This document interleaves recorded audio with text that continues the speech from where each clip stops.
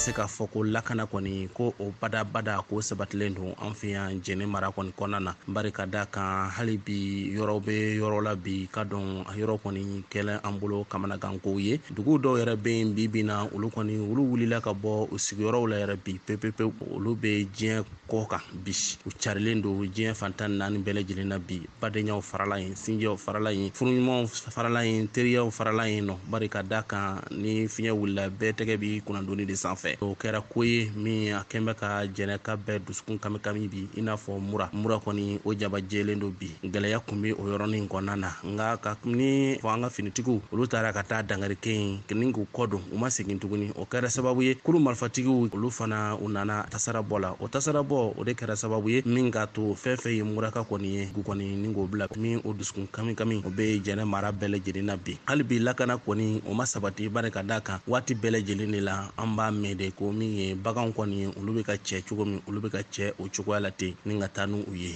fɔ sɛnɛkɛla jigi ye a ka baganw ye bari an bi baganw de kɛ ni ka an ka foro kɔni ni k'o labure ni a nana fɔ k'a fɔ ko baganw kɔni ko olu taara i ka dɔn sɛnɛ kɔni o kamanagan bi anw na bi kɔnɔna ko Djenne mara kɔnɔ jihadisi jɛkulu k'u ka laɲini tun ye ko donsow ka marifa bila walasa u ka se ka segi u ka sɛnɛ baaraw la nka mun de be sen na kumaɲɔgɔnya minnu kuma fɔra donsow ni jihadisu cɛna ayiwa a walera wa ayiwa an be se ka fɔ u ma marifaw bila hali bi u n'u ka marifaw be ɲɔgɔn na nga bamananw ko ten ko ni ba degunna ko a be kini kɛ siga foyi t'o la damakasiw kɔni kɛra waati bɛɛ lajɛlen an ka jamana finitigiw fɛ walama u be se ka kulomagɛni kɛ cogo min na ka dangari don an ni kulu marfatigiw ni ɲɔgɔn cɛ walasa an be se ka an ka activitew kɛ cogo min kɔnɔna na hɛrɛ ani badenya kɔnɔna na o hukumu kɔnɔna na sa min ye dugu damadamaniw be yen olu y'a ɲini walasa u be se ka sɛnɛ kɛ cogo min na bari adamadenw sɛgɛnna kɔngɔ be maaw la banajugu be maaw la maaw tɔɔrɔlen don maaw lajabalen don taa ka segin o tɛ se ka sabati cogo si kɔnɔna na an ka sigidaw kɔnɔna na o hukumu kɔnɔna na o y'a ɲini min ye u ni kulu marfatigiw ye sa u be se ka sigi ka fɔ kɛ cogo min na ka se k'a to sɛnɛ kɔni ka se ka kɛ